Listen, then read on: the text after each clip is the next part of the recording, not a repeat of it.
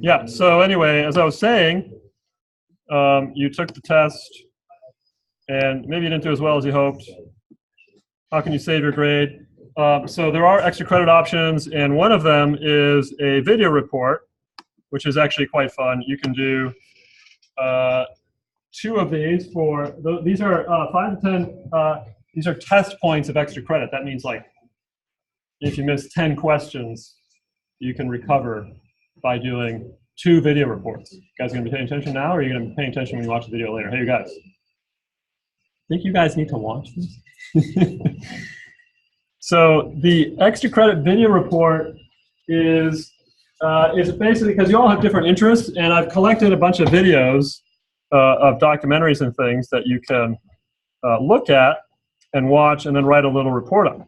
So some of these are getting a little bit dated, but they're still very interesting. The Battle of the X-Planes documents the, it was basically an engineering competition between Boeing and Lockheed back around the early part of the 2000, turn of the century kind of thing, where they were building the next fighter.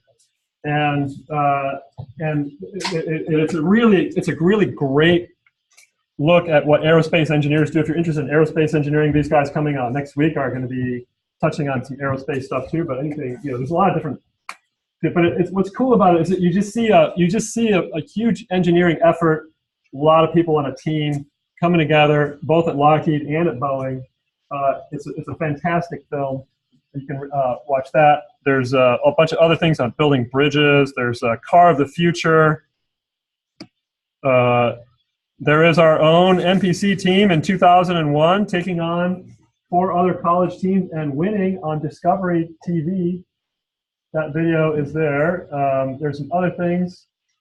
This is actually, if you're into nanotechnology, if you're into sporting equipment, the engineering behind sporting equipment with a whole bunch of sporting activities like the extreme sports going on. There's AI, robotics games going on. There's more structure stuff. If you're interested to learn a little bit more about trusses, this is a really good video for the tower competition we're going to be starting up next week between all of our speakers.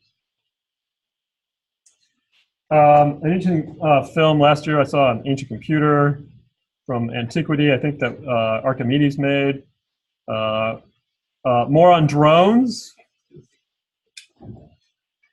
And there is a mechatronics program at Sierra College we're hoping to develop here. We're still working on that. We actually are going to be moving forward on it this semester a little bit. More on microelectronics. If you're interested in the future, this is a really interesting thing. You think actually, according to Kurzweil, this one futurist that this documentary is about, in the year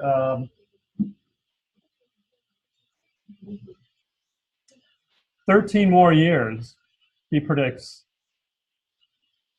I think it's no way it's going to happen. He predicted, this is back in 2000, he predicted in 2030, a $1,000 computer would have as much intelligence as a human brain. And that's only 13 years away. I don't think it's going to happen, do you? I don't think it's going to happen, but it's happened. The AI is getting better, right? We got driverless cars. That was not even a thought back in 2000, right?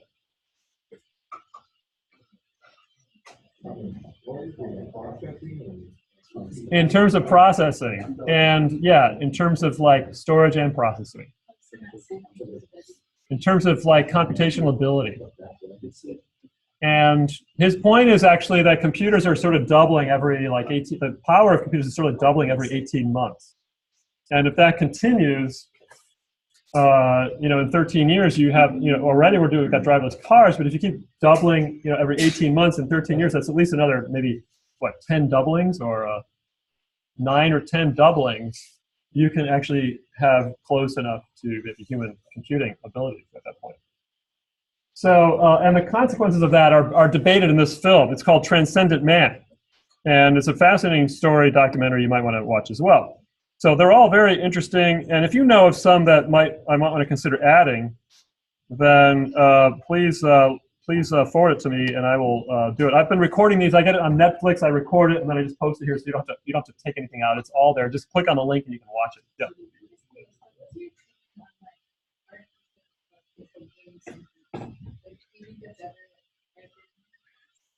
What's my opinion on artificial intelligence dating sentience? Is it ever going to happen?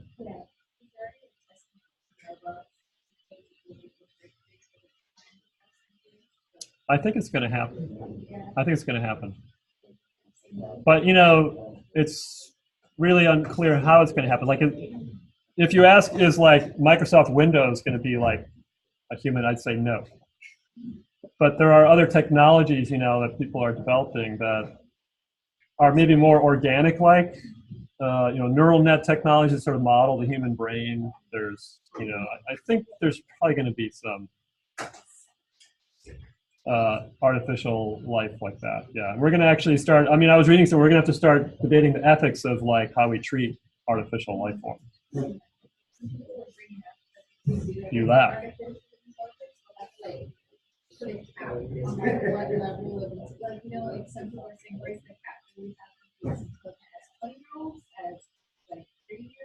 Yeah, or we won't be able to cap it. Yeah. And that's what Kurzweil argues. He's saying, you know, he calls it the singularity, because he said, you know, in 2030, they're going to be $1,000 computers going to be as smart as a human, but in like 2031, they're going to be twice as smart. And in 2032, they're going to be 3 times or 4 times as smart. And we're not going to be able to keep up with it. So he calls it the singularity because at that point, nobody knows what's going to happen when our machines are smarter than we are. Could be Skynet, could be something else. He actually thinks it's going to be a good thing, and that we'll sort of merge with our machines and become immortal. And yeah, like well, he wants to. So Kurzweil is so crazy. He's actually he's about 10 years older than me, and he's doing everything he can to live to 2030. Maybe he's 20. Maybe he's older than me. Older than that. But anyway, he's doing all he can because he thinks if you can live to 2030 or so, you'll be able to be immortal. Everyone will be immortal if you can make it to 2030. Yeah.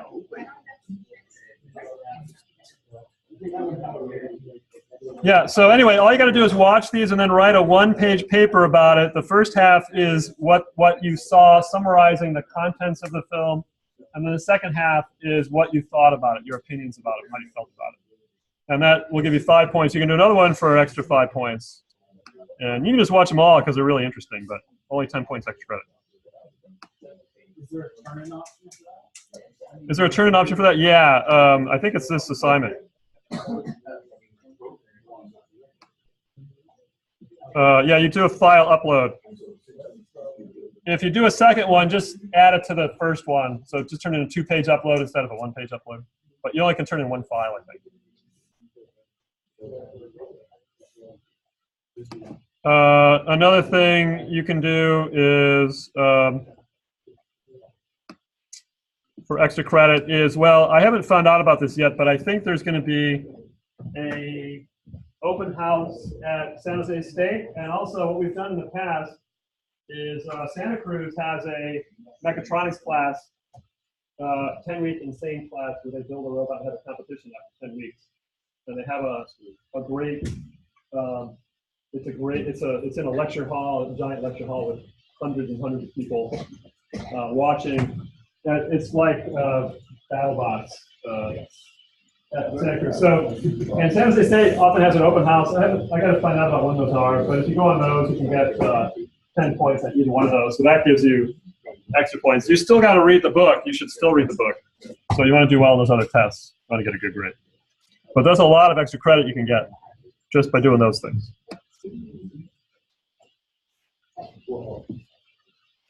And then, last but not least, this used to be, I mean, this was assigned at Kenyatta where I bought the material from. They assigned us, and it's 30% of the grade. I just said, yeah, it's good, but I hate the idea of having to grade it all. It's a 10-page report, 10-page paper you do on designing your world-class engineering, how to become a world-class engineer. So you got to write like a 10-page paper summarizing a lot of the stuff that we learned in this class. So if you end up like with an F, you could turn an F into like a C. by just doing that. I do that. Okay. It's like, Depending on how bad the F is. Right? If you get a high F, you can turn it into a C. A low F, forget it.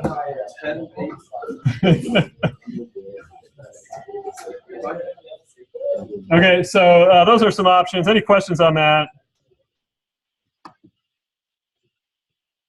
Then what else do I got to talk about? Talk about learning styles, and just to test one. I think I was also going to talk a little bit about the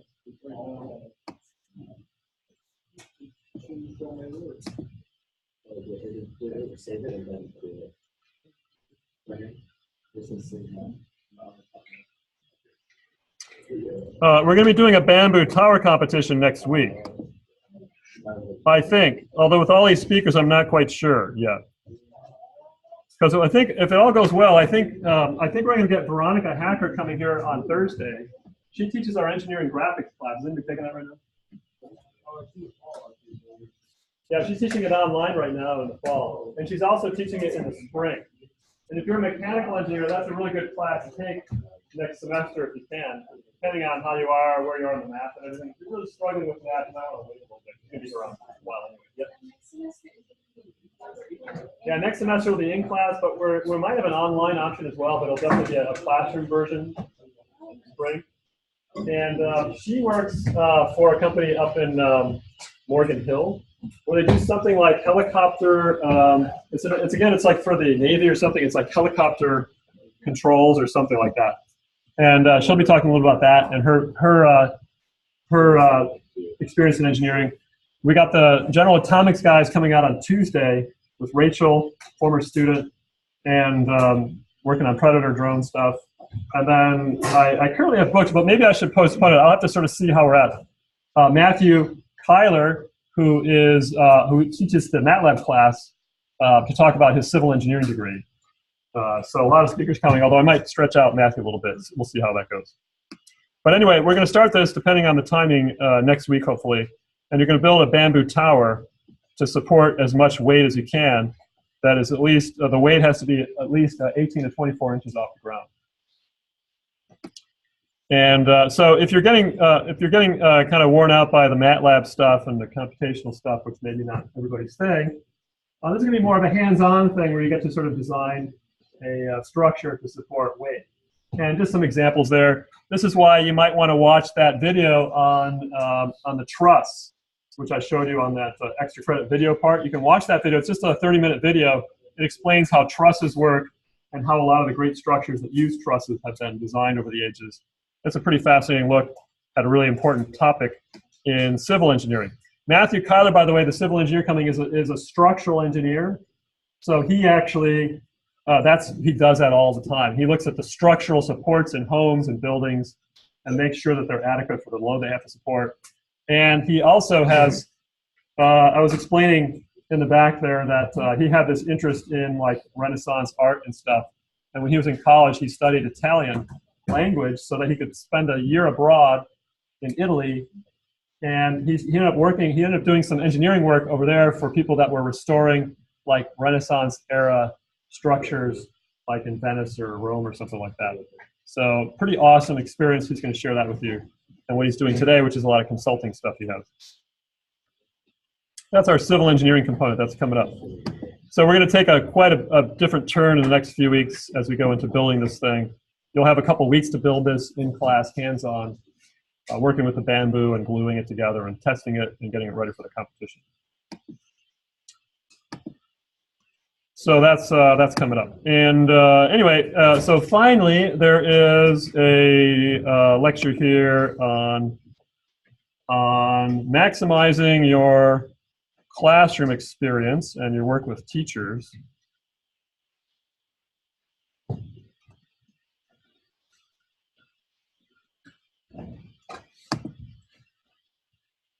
Which is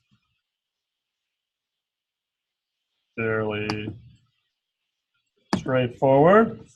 Again, more on from our book, Making the Most of How You're Taught. Really important to be able to get the most out of your education. So it talks about, you know, how you can kind of get ready in the beginning of the semester, how you can prepare for your lectures, and how to work those professors, you know, to get the most out of them. Pretty good. And how to email your professor, which is kind of funny, but that is sort of an annoyance for a lot of people. For professors, sometimes people write really annoying emails. So it isn't too much. You kind of know this already, right? You kind of have, people have told you these things before, right? When you want to get started in the semester, you want to just start right off the bat and read the course syllabus, get the textbook as early as possible, and be on the ball so you can get going right at the beginning.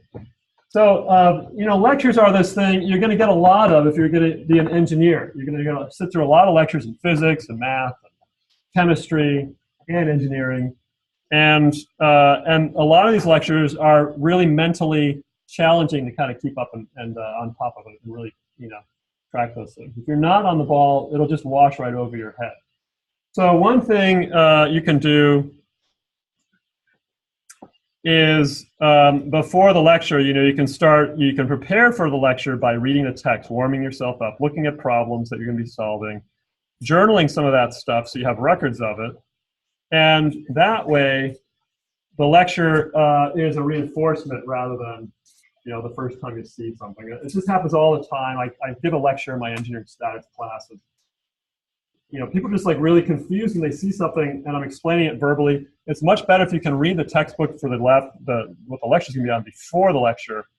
And it doesn't take much time, but then the lecture actually, it makes much more sense when you're sitting in a lecture. It's a much more valuable use of your time. So you should try doing that experimentally and see if that actually pans out for you. The lecture will be more interesting, get a lot more knowledge from it, and it only takes a few minutes to just kind of scan the chapter. It's definitely a correlation with the where you actually sit in the class. It's something like people who sit in the front of the class do like 30% better than people who sit in the back. And it's not that they're you know, more on the ball. I think it's just that they're closer, they're more engaged, you know, with what's going on. So you might even try, people sit in the back row, maybe just try a couple times just sitting up the front. Or maybe do you guys in the back row habitually sit in the back row in all of the lectures that you're in? And you might want to try moving up in front a couple times and see how that feels. You know, if it improves your performance by 30%, would it be worth it?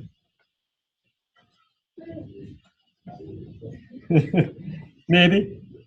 Maybe you're sitting in the back because you don't want to get called on, or you want to do your email while you're in class, you know, and of course that's not a good idea either. I saw that phone go down. So you know, you want to be here now, right? You want to concentrate on what the lecture's on. And what I'm talking about is not terribly difficult to follow, but if you're in a lecture on calculus, it's much more important to be present so that you actually can follow it. Taking notes, asking questions in class. I haven't gotten too many of those. I think we have a couple people that ask questions. Anyone have a problem with that?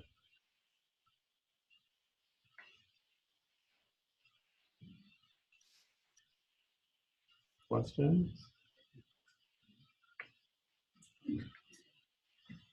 Like call on people? Joseph, what are you doing right now? What are you doing right now? What are you watching? One of the lecture credit videos? What video are you watching? A YouTube video, what is it on? A game, okay. Do you really want to be in this class? Because you don't have to be here. Okay, up to you. Are these lectures helpful? I don't know. I mean, I don't have to do these lectures either because I can actually just give you videos to watch from last year too, if you want to just do that, pick them up online. Because then we can have more time doing hands-on stuff. I know a lot of people like to just do problem solving. Lectures are kind of dry anyway, right? I mean, you're going to read the book anyway, so you're going to get all this when you read. So what do you think? Should I bail on these lectures? What do you think? Take a vote. It's your call. It's your class. It's your time. Keep going? Keep going? All right. Yeah, well, you can watch YouTube videos as long as you don't disturb anybody else. But now that I know you're watching YouTube videos, I mean, no mercy, man. Just kidding. I'm an easy grader. So yeah, sitting near the front really makes you perform better. And you know, that attention span thing, right? It's really hard to pay attention to an hour-long lecture or 2-hour-long lecture, right? So you might have to actually maybe stand up, move around a little bit every now and then. I do know some students, you know, will occasionally like stand up in the back of the classroom just to kind of focus themselves better. Or they'll actually move if they're sitting next to somebody who's distracting them. You know? So you're free to do that. And there's more ways of being active in class in the book. There is a note-taking system called the Cornell note-taking system that you'll get to kind of read about in the chapter on Chapter 4. So you can check that out. Some notes about, yeah, page 148. Some notes about different binders and stuff. I guess spiral notebooks are apparently not as effective as 3-ring binders because you lose a little bit on the ragged edges or something, but I don't know. It seems kind of minor. The highest form of human excellence is to question oneself and others. And engineers do that a lot, and you can practice in class by just, you know, asking questions. Now, again, I really think it's more important for you to ask questions like in your calculus class than in your intro to engineering class, but actually, that's probably not even true because any question is really important. So if you have any questions on engineering or what I'm talking about, feel free to ask. By the way, it's really a service to the presenter. Like the people that are going to come up here on like Tuesday, they're going to come all the way up from like Bakersfield or whatever they're on. I think they're Palmdale, which is probably like a 3 or 4 hour drive. And they're coming up here to kind of share what they've got with you. And if you just sit there like a bump on the log, they get the impression that nobody really cares about what they're saying. And so part of why you want to ask a question is, I mean, it helps you to ask the question, but it also helps them. Because if you ask something and, you know, it helps them, you know, gauge, you know, where you're coming from, what your interests are, it becomes more of a dialogue, and everybody else in the class benefits too because it becomes a lot more interesting than just having them kind of just talk. So, should I offer extra credit for people who ask questions in class? No. Somebody said no. Mark says no. Why no? It's rewarding us for something that we should already be doing. It's like your parents paying you to make your own bed. It's something that is something we're already supposed to be doing. That's true. What do you say, Jahi? I said, I'll take the paycheck. You'll take the paycheck. I would, you know, as long as it's a sincere question, you know, not like I'm just doing this for points. So, you think the Giants are going to win this season? No, that's not a question, right?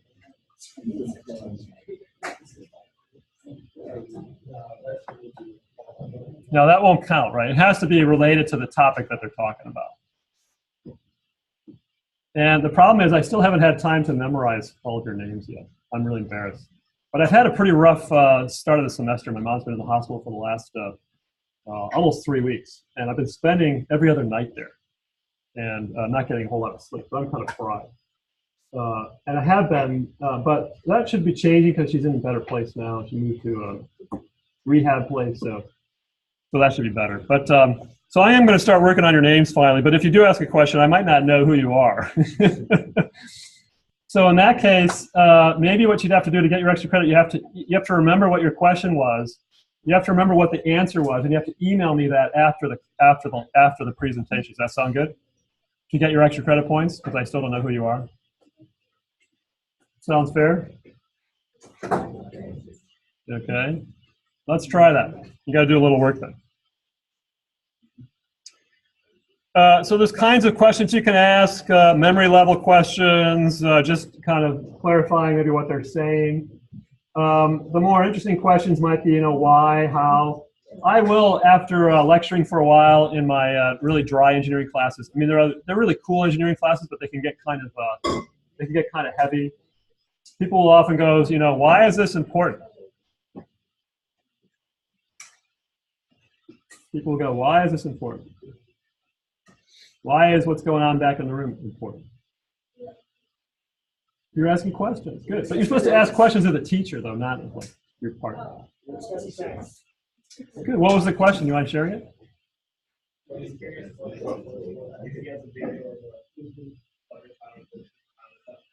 Pardon me? What is G4? What is G4 do on what is their effect on the body? That was the question. That was your question? Oh, you want to ask the, how does that relate to, okay. Yeah, good. Is this for the general atomics people? Okay, good. Well, they might be able to answer it, but of course they're making drones, right? So they're removing pilots from the planes and replacing them with video game jockeys, right? The people that actually are the best drone pilots are actually the people that are the best game players. You didn't know that? Yeah.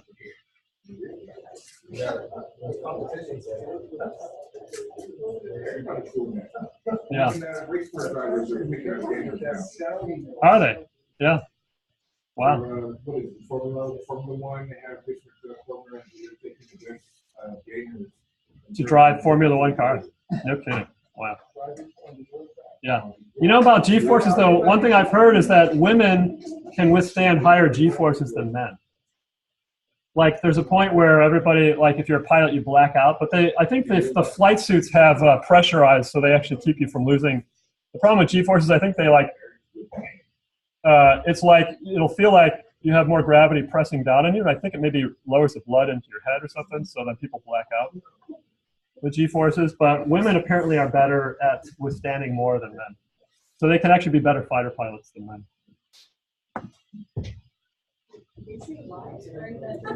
I don't know. Physiologically, I think you just have better blood flow. I don't know why, but and this is one of those tidbits I heard, you know, years ago. I think it's true, but you'd have to kind of do some research. No, maybe I don't know, but you know, I mean, part of that is because of our culture, right? Yeah, I heard them. Yeah, they are. Yeah. So convergent thinking questions will sort of ask you, you know, why, how, in what ways. By the way, this is actually a quiz question. You have to know about like the difference between convergent and divergent thinking. So that'll show up on the next test. Divergent thinking is like, you know, more open-ended questions that kind of lead to, you know, interesting like ramifications of what's being presented.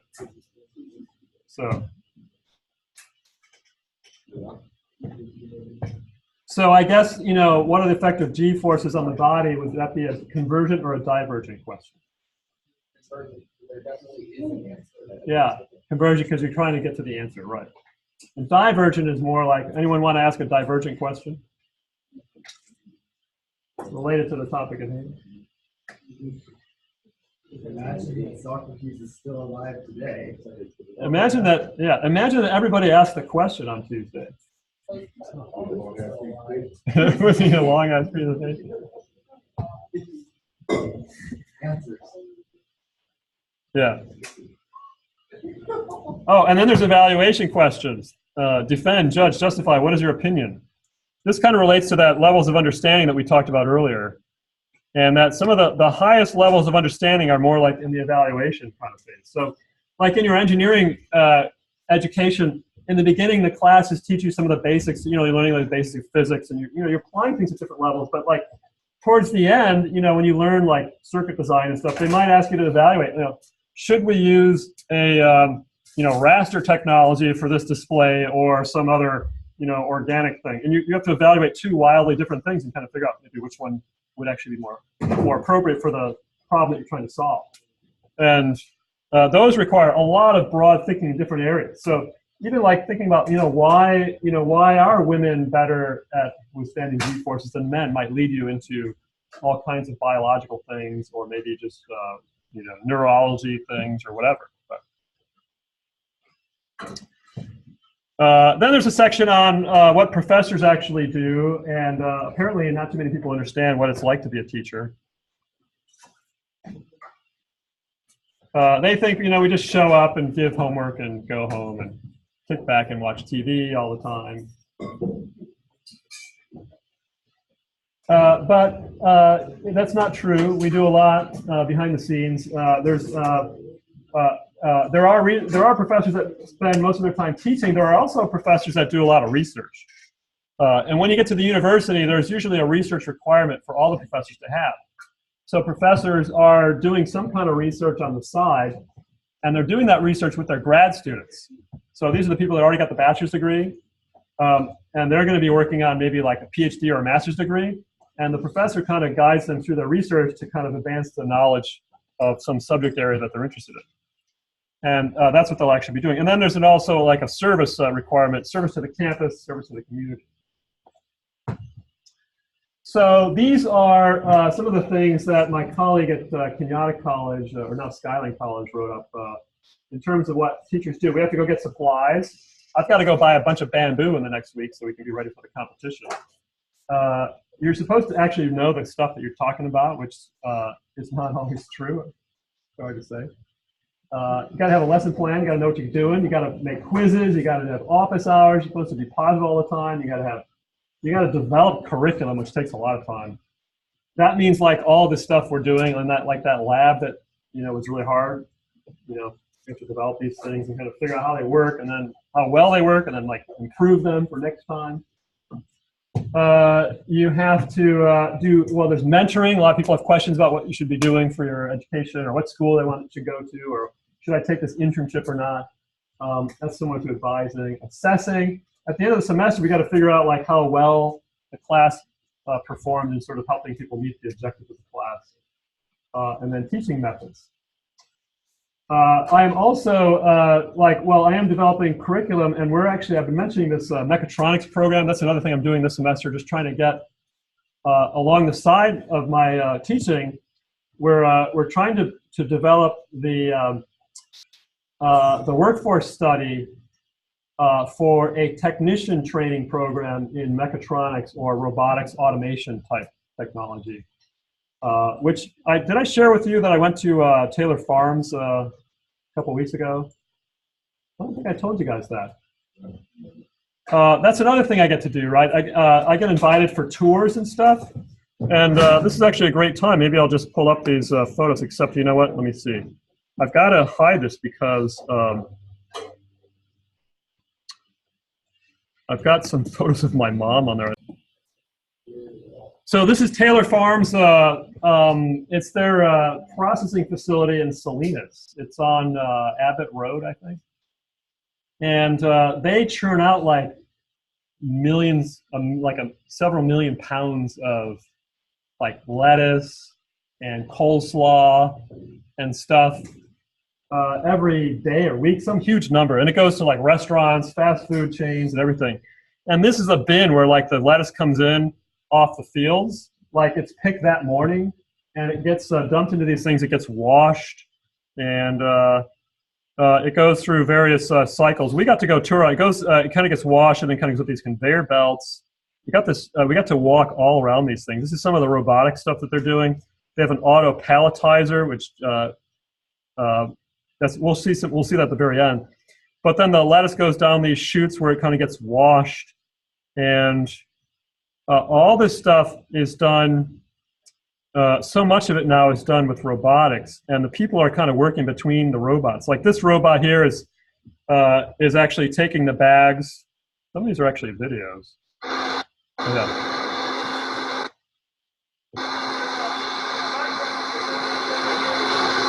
The line stopped for a moment.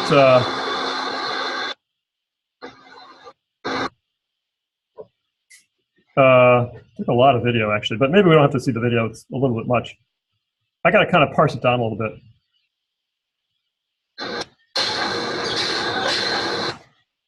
And it gets stuck in the bags, and then there it is. And then those robots are packing them into boxes. And there's some control systems for the robotics. Some people kind of working on them. Keep going. Let's see if this is this is up higher. These things are actually, this is an ingenious, I never would have thought of this. These bins here are actually taking the lettuce, and you know how, you ever wonder, like, how do they get exactly like 16 ounces of lettuce in a bag? Well, what they do is they use statistics. They dump this thing, they dump like a pile of lettuce onto this cone here, and it distributes it randomly to these, like, there must be like a dozen baskets around the outside there. And it dumps enough so that statistically each one has on average maybe a half a pound of lettuce. But some of them are going to have like 0.8 pounds, some of them are going to have 0.3 pounds. But it weighs all of these buckets, and it can take 2 buckets that complement each other and add up to very close to the 16 ounces. But you take 1 bucket that weighs 8 ounces, or 6 ounces, another bucket that weighs 10 ounces, and it drops the lettuce in those 2 buckets down the chute, so that that clump of lettuce then gets put into a bag, and it'll just go around and round and round until it finds statistically 2 that will actually line up right. And you can kind of see it. I think I might have some video looking down one of those chutes. And this is all robotic automation.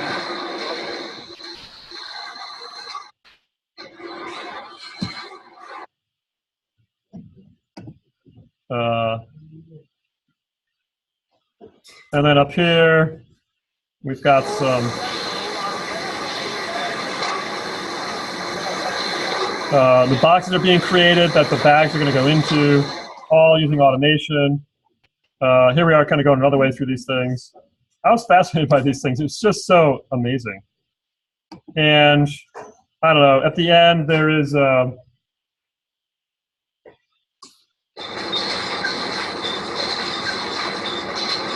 labeling going on. There's the, at the very end I got the palletizing robot. Oh, this is coleslaw being made. The same technology. Sorry, let's keep going. Oh yeah, here's the palletizing robot. This thing is pretty awesome.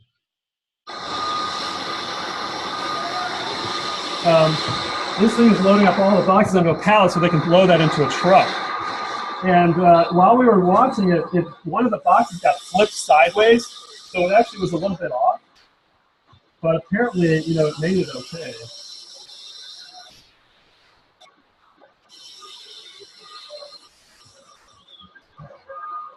So all of these machines need really smart technicians to keep them running properly. They don't always, they don't work 24/7. They actually break down. They got to do service, and they need people that have the skills to work with the technology to do that.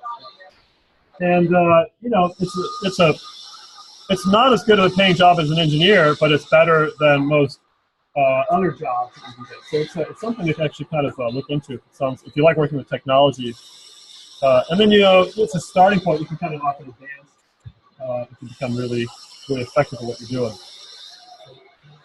Yep. Pardon me? That is the question, and they are knowingly replacing. And what was really sad about this? They said they're building a new facility. It's going to be all automated. And they said we're going to lay off like 300 or 400 people, and you know why?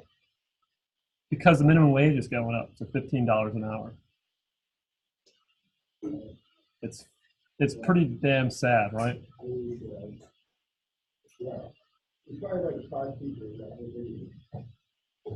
Well, I actually wasn't videoing. There was a lot of people there. And I didn't feel comfortable videoing a lot of them because I didn't ask their permission to video them. So I was mainly focusing on the machines. There are a lot of people that are, they're assisting. In fact, what was kind of funny is, funny, sad. There's a guy, and I think also maybe humans should find better labor. But this is a really interesting discussion, and we have a few minutes to kind of talk a little bit. But there was a part where the conveyor belt goes uphill in the coleslaw conveyor belt. Some guy is taking a shovel and shoveling carrots up the conveyor belt so that they're like randomly distributed so that they kind of go evenly into all the different bags. And they're like, we tried to have a machine do it, but it turns out humans are just better at distributing it randomly than a machine is. So what'd you say? No. What? No, share it. No, I understand. This is a very challenging. We've been shoveling things for a very long time, so we have a steep running curve.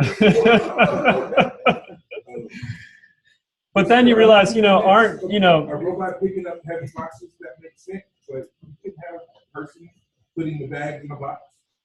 Maybe the robot, you know, that helps the sorting makes sense.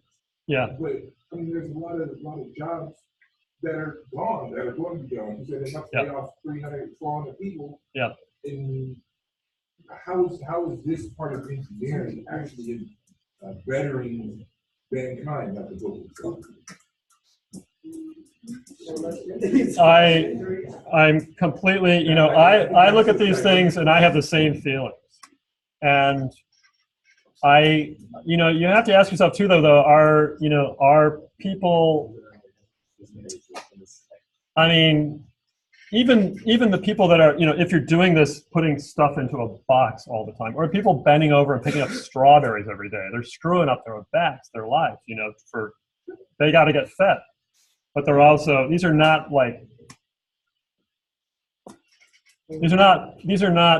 I wouldn't say this is fulfilling work. I mean, it fulfills their basic needs, but it doesn't, you know. So maybe 7 billion people on this planet and more every day. I mean, not everybody. I mean, how much fulfilling work are you going to give them there?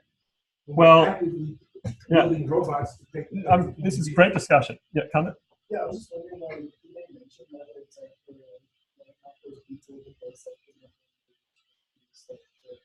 No, they said that. No, yeah, they say it's because they want to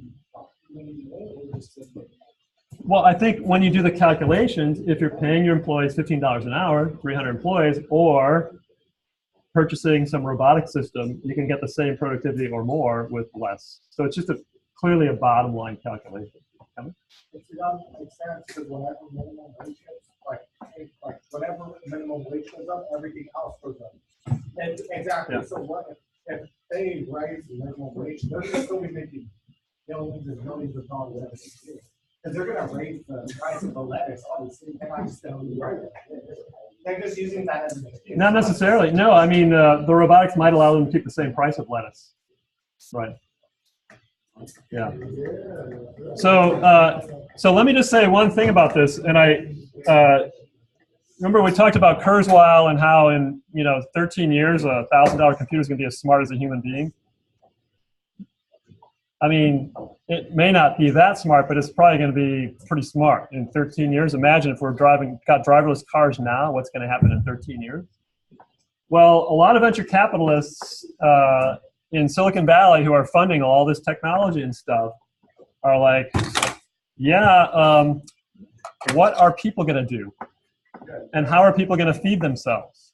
So people are actually, and this is actually, there's a movement going on, it's in Europe, it's going on, the discussion is going on in the Bay Area, that we're going to have to provide people a basic income for just being alive.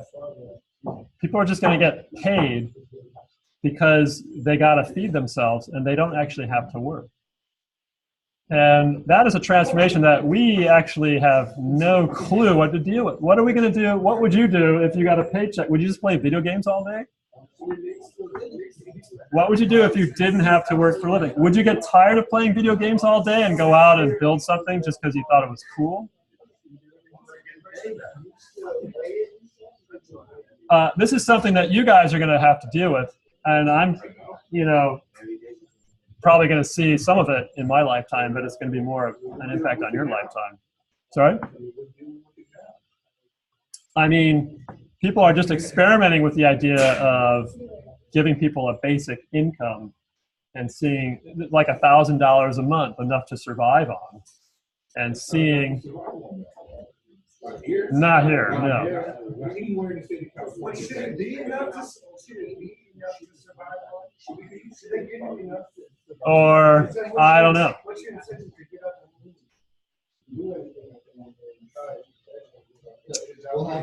We have a robot.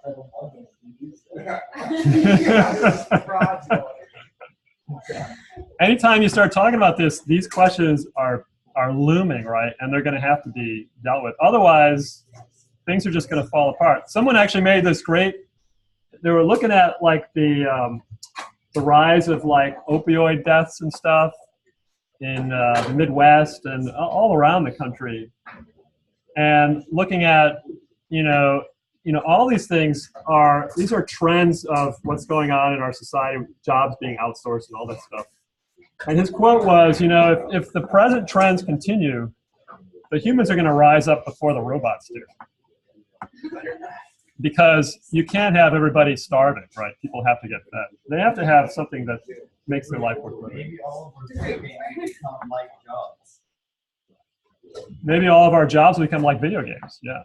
No, the other way around, because we'll be wanting to work so much that the computers will give us video games that will be like jobs. Yeah. This, by the way,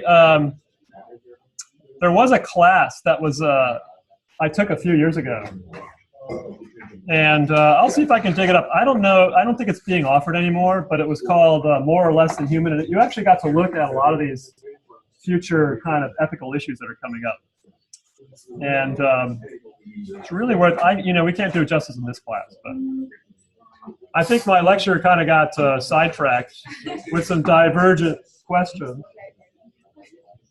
But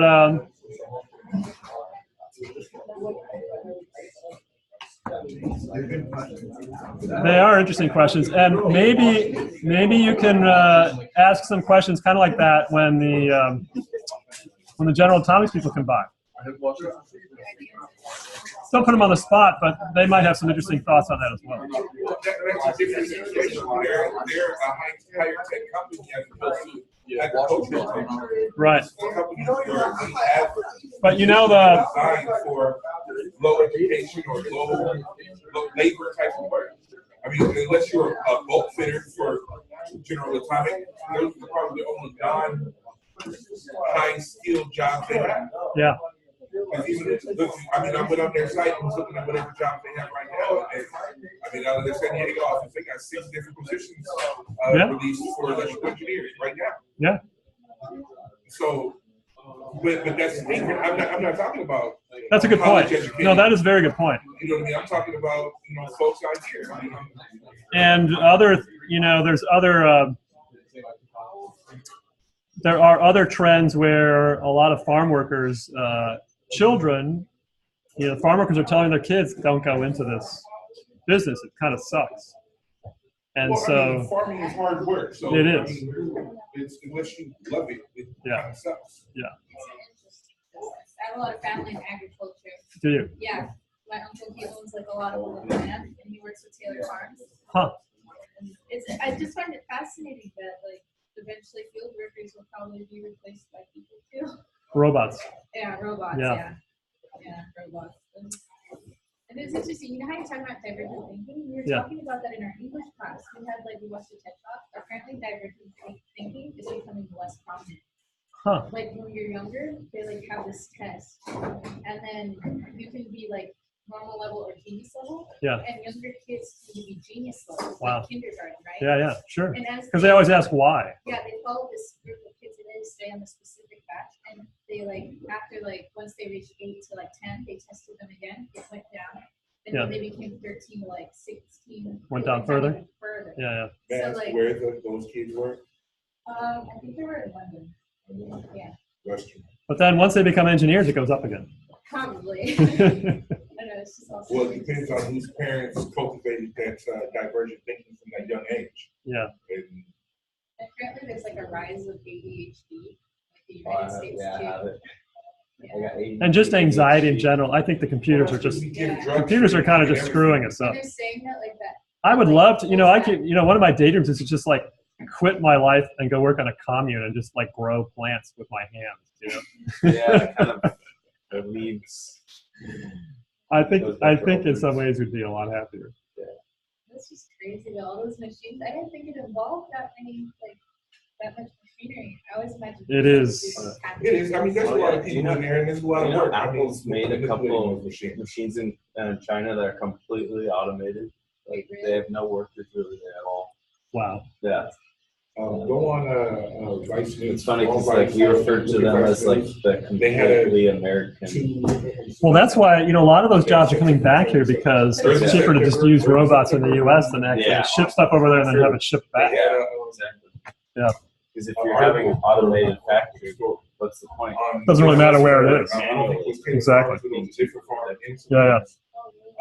They went in there and What were you saying about like the minimum wage? Do you think it's a good idea to Yeah, increase it? no. Because it's basically inflation since everything What else I'm thinking goes up, about right? was consumers. Or do you think it actually? Well, is I was in really- favor of it until I heard them say that they're going into robotics Yeah. to avoid, so they can lay off people Oh, yeah. because they would have to pay them higher. Went into their Yeah. processing plant and was trying to do all the It's like a weird thing because like Yeah, is it process. if everyone Yeah. else is increasing everything, They're like, hey, is it like we're at the same rate? like- Basically?